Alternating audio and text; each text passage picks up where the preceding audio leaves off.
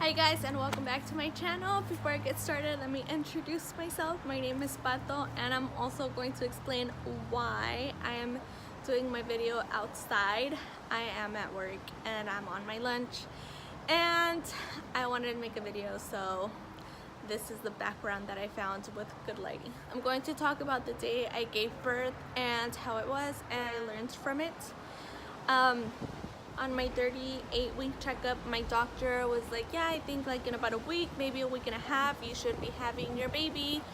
And a week passed by, and I went to my doctor hoping she was gonna tell me that I was dilated more than 1 centimeter, but I wasn't. And I was kind of like upset because I was like, oh my gosh, she said a week and a week passed already. But the next day, and this is where it gets TMI, so if you don't want to know like detail, thank you for watching this far. But my water broke. I went to the bathroom early in the morning, like 5:30 in the morning, and I saw that there was blood. So I woke up my husband, and when I asked him to go check, while he was checking it and asked me if I wanted to go to the hospital, my water broke. So I told him like, let's go, my water broke, it's done, like we're having a baby. So we went in the car. While we were driving there was so many stuff like coming down, and it was literally like in the movies. If people don't think your water breaks like in the movies, it does. And it was kind of tight now that I think about it. It's not very common for your water to break. Usually the doctors do it for you. So it was kind of tight. Like, I'm really glad my water broke and I got to experience that. But my water broke, and they checked me to make sure, and they're like, okay, yeah, your water broke, we have to keep you here because your water broke. I said that like a billion times, but my water broke. And so that's where the 27 hours started. It took me 27 hours for me to finally have my baby after my water broke. And that happened, and I didn't have any pain. So they gave me medications to get me going and get my contractions going, and I wasn't dilating. And even though I was only dilated 4 centimeters, my contractions were going as if I was dilated 10. So after 4 centimeters, I finally decided to get epidural, which, lifesaver. It helped me out so much, so much. And after that, I didn't have pain. I did feel a lot of pressure, but it wasn't pain. I ended up getting an infection because my water did break too early, and it's a higher risk for anybody to get an infection when your water breaks, but you're not dilating fast enough. And that's where it got scary, because my baby's heart was going almost 200 a minute. So that's where like all the risks start coming, and my mom was going crazy. I felt so bad for the nurses because she was going crazy. Like, I love my mom so much for that. But at that time, I was just shaking. And I thought I was shaking because I was just nervous. But no, I was shaking because I had a really high fever.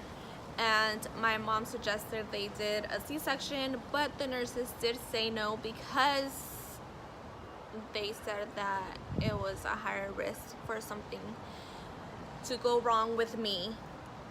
And it was just, they just said no. And one of the things that I did learn was that the doctor does not get there until you are going to push. I didn't know that.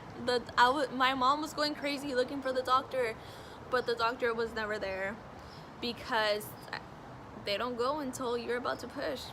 That's something that I was shook. I didn't know, but that's how they went by. And one of the embarrassing things is that since I did get the infection, my dad went in there, and in the room it was my mom, my dad, and my man. And my dad saw everything. He literally saw, like, he was holding my leg while I was pushing, and my mom was FaceTiming my grandparents, grandma, and grandpa while I was pushing, giving birth. And yeah, at the moment I didn't really think about it much because I was just worried and scared. I just wanted to get my baby out until like after. And my dad I don't know, but my foot slipped and my dad let go of my leg, and the doctor was pissed. But overall, I pushed for 10 minutes and my baby was out.